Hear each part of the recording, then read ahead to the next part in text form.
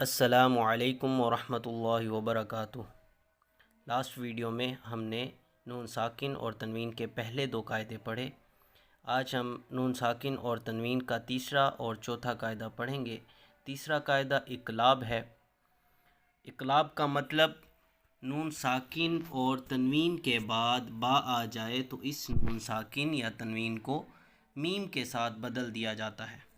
اب جیسے من بعد، اب یہاں پر من نون ساکن ہے، نون ساکن کے بعد با آ رہا ہے تو ہم من نہیں پڑھیں گے، ہم پڑھیں گے میم۔ نون ساکن کو پھر میم کے ساتھ بدل دیا جائے گا۔ اسی طرح اب یہ نون ساکن کی پہلے مثال تھی، اب تنوین کی مثال۔ تنوین علیم بذات الصدور، علیم، یہ علیم کیوں پڑھا گیا ہے؟ کیونکہ یہاں پر اقلاب کا قاعدہ اپلائی ہو رہا ہے، اور یہاں پر تنوین علیم تھا اور من یا اس کے بعد با آ گیا ہے تو پھر اسے من کی جگہ پہ مم پڑھا جائے گا، علیم بذات الصدور۔ اسی طرح اب ہم چوتھا قاعدہ پڑھیں گے۔ نون ساکن اور تنوین کا چوتھا قاعدہ اخفا ہے۔ اخفا کا مطلب ہے نون ساکن یا نون تنوین کے بعد 15 حروف میں سے کوئی حرف آ جائے تو پھر اس نون ساکن یا تنوین کو اس کے مخرج سے علیحدہ کر کے اس کی آواز کو ناک میں چھپا کر پڑھا جاتا ہے۔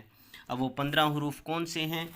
تا، ثا، جیم، دال، ذال، زا، سین، شین، صاد، ضاد، طا، ظا، فا، قاف، کاف۔ یہ 15 حروف ہیں۔ اب 15 حروف، یہ اس میں سے الف سے لے کر یا تک ٹوٹل 28 حروف ہیں، اور ان میں سے 6 حروف حلقی ہو گئے اور 6 حروف یرملون ہو گئے، 12 حروف یہ، اور ان میں سے ایک جو اقلاب کا حرف ہے۔ یہ 13 حروف نکال دیں تو 15 حروف حروف اخفا ہیں۔ اب جیسے اس کی اخفا کی مثال دیکھتے ہیں۔ اَأَنذَرْتَهُمْ، اب یہاں پر اخفا کرنا ہے، نون ساکن کے بعد ذال آ گیا ہے تو اخفا کیسے ہوگا؟ اَأَنذَرْتَهُمْ، اَأَنذَرْتَهُمْ، اس طرح یہ پڑھا جائے گا۔